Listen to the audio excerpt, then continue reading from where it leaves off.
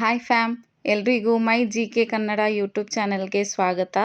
ಇವತ್ತಿನ ವಿಡಿಯೋದಲ್ಲಿ ಗರ್ಭಾವಸ್ಥೆಯ ಸಮಯದಲ್ಲಿ ಆರೋಗ್ಯಕರ ಆಹಾರ ಅಂದರೆ ಗರ್ಭಿಣಿಯರು ಯಾವ ರೀತಿಯಾದಂಥ ಆಹಾರ ತಗೋಬೇಕು, ಅದರಿಂದ ಮಗುವಿನ ಬೆಳವಣಿಗೆಗೆ ಏನು ಉಪಯೋಗ ಇದೆ ಅನ್ನೋದನ್ನೆಲ್ಲ ಈ ವಿಡಿಯೋದಲ್ಲಿ ನೀವು ನೋಡ್ಬೋದು. ತುಂಬ ಜನ ಪ್ರೆಗ್ನೆಂಟ್ ಲೇಡೀಸ್ಗೆ ಡೌಟ್ ಇರುತ್ತೆ. ಅಂದರೆ ಈ ಟೈಮ್ನಲ್ಲಿ ನಾವು ಏನು ತಿನ್ನಬೇಕು, ಏನು ತಿನ್ನೋದ್ರಿಂದ ನನ್ನ ಮಗು ಬೆಳವಣಿಗೆ ಚೆನ್ನಾಗಾಗುತ್ತೆ ಮತ್ತು ಇದರಿಂದ ಏನೇನು ಉಪಯೋಗಗಳಿದೆ.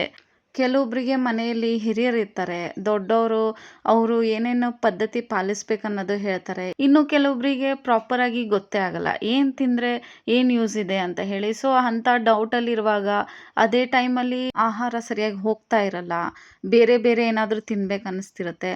ಆವಾಗ ಕೆಲವೊಬ್ಬರು ಜಂಕ್ ಫುಡ್ ತಿನ್ನೋದು, ಇನ್ನು ಕೆಲವೊಬ್ಬರು ಎಣ್ಣೆ ಪದಾರ್ಥ ತಿನ್ನೋದು, ಇನ್ನು ಕೆಲವೊಬ್ಬರು ಸ್ವೀಟ್ ಜಾಸ್ತಿ ತೊಗೊಳ್ಳೋದು, ಇಂಥವೆಲ್ಲ ಮಾಡ್ತಿರ್ತಾರೆ. ಸೊ ಅದನ್ನು ಆದಷ್ಟು ಅವಾಯ್ಡ್ ಮಾಡಬೇಕು. ನೀವು ಯಾವುದೇ ರೀತಿ ಆಹಾರನ ತೊಗೊಳ್ಳೋಕ್ಕಿಂತ ಮೊದಲು ಒಂದು ನೆನ್ಪಿಟ್ಕೋಬೇಕು, ಇದರಿಂದ ನನ್ನ ಮಗುವಿನ ಬೆಳವಣಿಗೆ ಯಾವ ರೀತಿ ಆಗುತ್ತೆ, ಅದರಿಂದ ನನಗೆ ಏನೆಲ್ಲ ವಿಟಮಿನ್ ಸಿಗುತ್ತೆ, ಪ್ರೋಟೀನ್ ಸಿಗುತ್ತೆ. ಒಂದು ವಿಷಯ ಹೇಳೋಕ್ಕೆ ಇಷ್ಟಪಡ್ತೀನಿ, ಎಲ್ಲರೂ ಪ್ರೋಟೀನ್ ವಿಟಮಿನ್ ಟ್ಯಾಬ್ಲೆಟ್ಸ್ನ ಮರಿಬೇಡಿ. ನಿಮ್ಮ ಡಾಕ್ಟ್ರು ಯಾವ ರೀತಿ ನಿಮಗೆ ಪ್ರಿಸ್ಕ್ರೈಬ್ ಮಾಡಿರ್ತಾರೋ ಅದನ್ನು ನೀವು ತಗೋಬೇಕಾಗುತ್ತೆ. ಎಷ್ಟೋ ಜನ ಅದನ್ನು ಸ್ಕಿಪ್ ಮಾಡ್ತಾರೆ, ನಾನು ಒಳ್ಳೆ ಹೆಲ್ದಿ ಫುಡ್ ತಿಂತಿದ್ದೀನಿ, ನನಗೆ ಯಾಕೆ ಬೇಕು ಅಂತ. ಹಣ್ಣಿನಲ್ಲಿ ಯಥೇಚ್ಛವಾಗಿ ಪ್ರೋಟೀನ್, ವಿಟಾಮಿನ್, ಐರನ್, ಕ್ಯಾಲ್ಶಿಯಂ ಎಲ್ಲ ಇರೋದ್ರಿಂದ ನಿಮ್ಮ ಡೈಲಿ ಪ್ಲ್ಯಾನಲ್ಲಿ ನೀವು ಹಣ್ಣನ್ನು ಇನ್ಕ್ಲೂಡ್ ಮಾಡಿ. ಇದರಿಂದ ನಿಮ್ಮ ಮಗುವಿನ ಗ್ರೋತಿಗಾಗಿರಲಿ, ನಿಮ್ಮ ದೇಹಕ್ಕಾಗಿರಲಿ ತುಂಬ ಒಳ್ಳೆಯದು. ಅದನ್ನು ನೀವು ಲಿಮಿಟಲ್ಲಿ ಸೇವನೆ ಮಾಡಬೇಕಾಗುತ್ತೆ. ನೀವು ದಿನದಲ್ಲಿ 1-2 ಟೈಮ್ಸ್ ಆದರೂ ಇಷ್ಟವಾದ ಹಣ್ಣನ್ನು ತಗೊಳ್ಳಿ. ಜ್ಯೂಸ್ ಮಾಡ್ಕೊಳ್ಳೋ ಬದಲು ಹಣ್ಣನ್ನು ಹಾಗೆ ತಿನ್ನಿ. ಇದು ಹಣ್ಣಿನ ಬಗ್ಗೆ ಆದರೆ ಇವಾಗ ನೆಕ್ಸ್ಟ್ ಬಂದು ಧಾನ್ಯಗಳು. ನೀವು ನಿಮ್ಮ ಡಯಟಲ್ಲಿ ಓಟ್ಸ್ನ ಇನ್ಕ್ಲೂಡ್ ಮಾಡ್ಕೋಬೋದು, ಇಲ್ಲ ಬ್ರೌನ್ ರೈಸ್ ತಿನ್ಬೋದು. ನಾವು ಕೆಂಪಕ್ಕಿ ಅಂತೇವೆ ನೋಡಿ, ಕೆಂಪಕ್ಕಿ, ಕುಚ್ಚಲಕ್ಕಿ ಅದೆಲ್ಲ ತುಂಬ ಒಳ್ಳೆಯದು. ಜೋಳದ ರೊಟ್ಟಿ ತೊಗೋಬೋದು, ಜೋಳದ ಮುದ್ದೆ ತೊಗೋಬೋದು, ಹಾಗೆ ಗೋಧಿದು ನಿಮಗೆ ಚಪಾತಿ ಮಾಡ್ಕೋಬೋದು. ಇದನ್ನೆಲ್ಲ ನೀವು ಏನು ಮಾಡಿ ಸ್ಟೆಪ್ ಬೈ ಸ್ಟೆಪ್ ನಿಮ್ಮ ಡಯಟಲ್ಲಿ ಇನ್ಕ್ಲೂಡ್ ಮಾಡ್ಕೊಳ್ತಾ ಬಂದರೆ ನಿಮಗೆ ಇದರಿಂದ ತುಂಬ ಉಪಯೋಗಗಳು ನೀವು ನೋಡ್ಬೋದು. ಹಾಗೆ ರಾಗಿ ಮುದ್ದೆ, ಅದು ತುಂಬ ಪೌಷ್ಟಿಕಾಂಶವಾದ ಆಹಾರ. ಈ ರೀತಿಯಾದಂಥ ಸಿರಿಧಾನ್ಯಗಳನ್ನ ನೀವು ಉಪಯೋಗ ಮಾಡ್ಬೋದು. ಇದನ್ನೆಲ್ಲ ನೀವು ಡಯಟಲ್ಲಿ ಇನ್ಕ್ಲೂಡ್ ಮಾಡಬೇಕಾಗುತ್ತೆ. ಎಕ್ಸಾಂಪಲ್, ಈಗ ನೀವು ಒಂದಿನ ಜೋಳದ ಮುದ್ದೆ ತಿಂದರೆ ನೆಕ್ಸ್ಟ್ ಡೇ ನೀವು ರಾಗಿ ರೊಟ್ಟಿ ಮಾಡ್ಕೊಂಡು ತಿನ್ನಿ. ಈ ಪ್ರೆಗ್ನೆನ್ಸಿ ಟೈಮಲ್ಲಿ ಎಷ್ಟೋ ಜನಕ್ಕೆ ಊಟ ತಿನ್ನಬೇಕಂದ್ರೆ ಒಂಥರ ಆಗುತ್ತೆ. ಸೊ ನೀವು ಈ ಥರ ಡಿಫ್ರೆಂಟ್ ಮಾಡ್ಕೊಂಡು ತಿನ್ನೋದ್ರಿಂದ ನಿಮಗೆ ಬೇಜಾರು ಆಗಲ್ಲ. ಅಂದರೆ ಏನು ತಿನ್ನಬೇಕು ಅನ್ನೋದು ನೀವು ಒಂದು ಕ್ಲಾರಿಟಿ ಇಟ್ಕೋಬೋದು.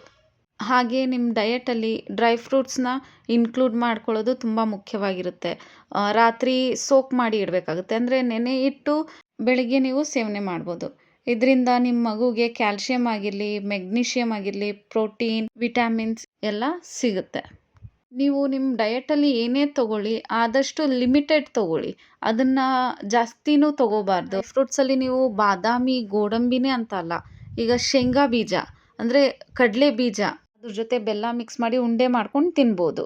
ಕೆಲವೊಬ್ಬರಿಗೆ ಜಂಕ್ ಫುಡ್ ತಿನ್ಬೇಕು ಅನ್ನಿಸ್ತಾ ಇರುತ್ತೆ, ಲೈಕ್ ಪಿಜ್ಜಾ, ಬರ್ಗರ್ಸ್ ಆಗಿರಲಿ, ಫ್ರೆಂಚ್ ಫ್ರೈಸ್ ಆಗಿರಲಿ, ಇಲ್ಲ ಕಾಫಿ. ಸೊ ಇದನ್ನೆಲ್ಲ ಆದಷ್ಟು ನೀವು ಅವಾಯ್ಡ್ ಮಾಡಬೇಕಾಗುತ್ತೆ. ಯಾವಾಗಾದರೂ ಒಮ್ಮೆ ತಿನ್ನಿ, ಬಟ್ ರೆಗ್ಯುಲರ್ ಕನ್ಸಂಪ್ಷನ್ ಒಳ್ಳೆಯದಲ್ಲ. ಪ್ರೆಗ್ನೆನ್ಸಿಯಲ್ಲಿ ಬಯಕೆಗಳು ಸಹಜ. ಏನು ತಿನ್ನಬೇಕು, ಎಷ್ಟು ತಿನ್ನಬೇಕು ಅನ್ನೋದು ನೀವು ಮೊದಲೇ ತಿಳ್ಕೊಂಡಿರಬೇಕು. ಇದರಿಂದ ನಿಮ್ಮ ಬೇಬಿಗೂ ಏನೂ ಆಗಲ್ಲ, ಹಾಗೆ ನಿಮಗೂ ಏನೂ ಪ್ರಾಬ್ಲಮ್ ಆಗಲ್ಲ. ನೀವು ತಿನ್ನುವಂಥ ಆಹಾರ ಎಷ್ಟು ಆರೋಗ್ಯಕರವಾಗಿರುತ್ತೋ ನಿಮ್ಮ ಮತ್ತು ನಿಮ್ಮ ಮಗುವಿನ ಬೆಳವಣಿಗೆನೂ ಅಷ್ಟೇ ಆರೋಗ್ಯವಾಗಿ ಇರುತ್ತೆ.